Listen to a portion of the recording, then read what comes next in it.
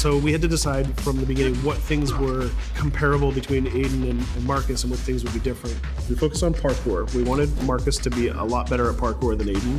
And we're not talking about just like climbing on things, but like being able to like flow and chain moves together. So he's a pretty good fighter, but he's got some interesting quirks too. He's a more expressive guy. We've tried really crazy. We got it. The new idea for hacking in Watch Dogs 2 is to let the player create his own solutions. We're adding a lot more depth to hacking. So you have a lot more control, a lot more flexibility in how you hack the world. So one big category of hacking in Watch Dogs 2 is the entire branch of pushing remote controls to its limit. One of the big things on Watch Dogs is hacking vehicles.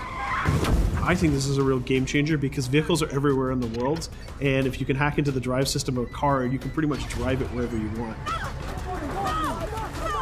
So making sure if you see a forklift in the world, it shouldn't be a forklift. You can just like move the box up, down.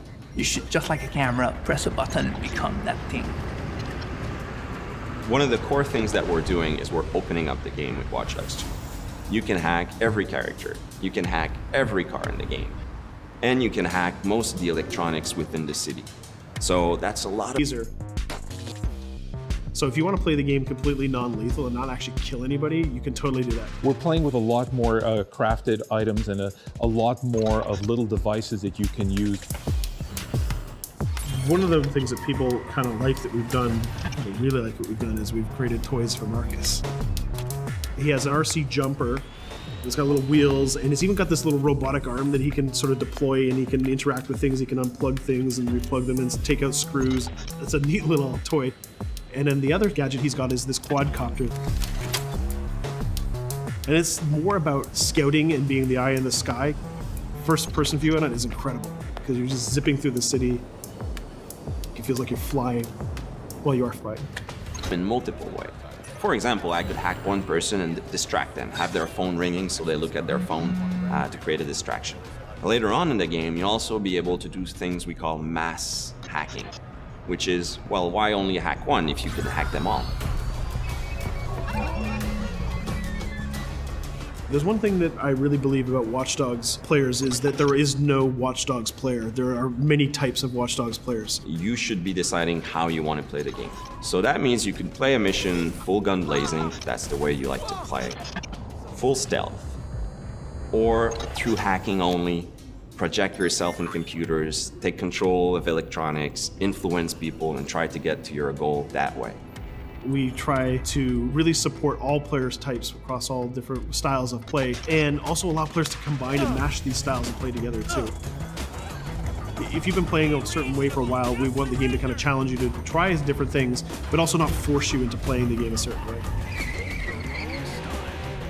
We work to improve the driving, make it more accessible while keeping all the different styles of vehicles and adding a lot of physics and feel to all the vehicles. So we keep the depth, but have more accessibility. The team is super happy with the result we've had, and I hope gamers will be just as excited.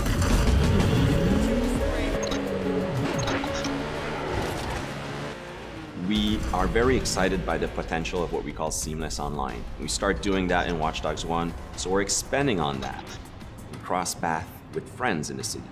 So you playing in single player and you're crossing path with another player who's also playing in single player. Both of you are members of DedSec, so you're friends, and you can just walk up to each other, you'll say hello, hit the button, and form a co-op team. And what we're going to be showing in the next couple of months is an example of how those things work together to create magical gameplay moments.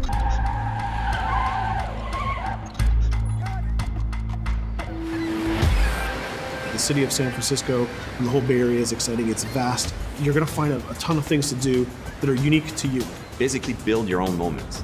Create a situation that you start laughing at and you say, wow, this happened, and you want to share it with friends.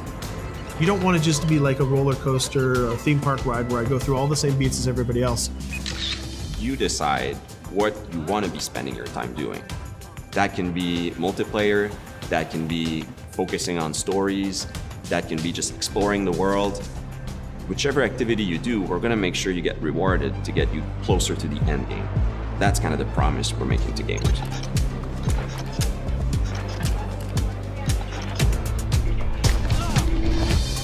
You always know it when something starts to click, it starts to work. Everything changed. You stop seeing individual components, animations, or texture maps, or vehicles. You just start to see the experience as a whole. It changes on the floor. People get excited about it. This is it. It exists. We are always making the game with the player in mind. They have always been the driving force. When you come with a sequel that really earns its due, you know, that really does a lot of new things, that has a lot of surprises, it's a great feeling. In the end, there's nothing more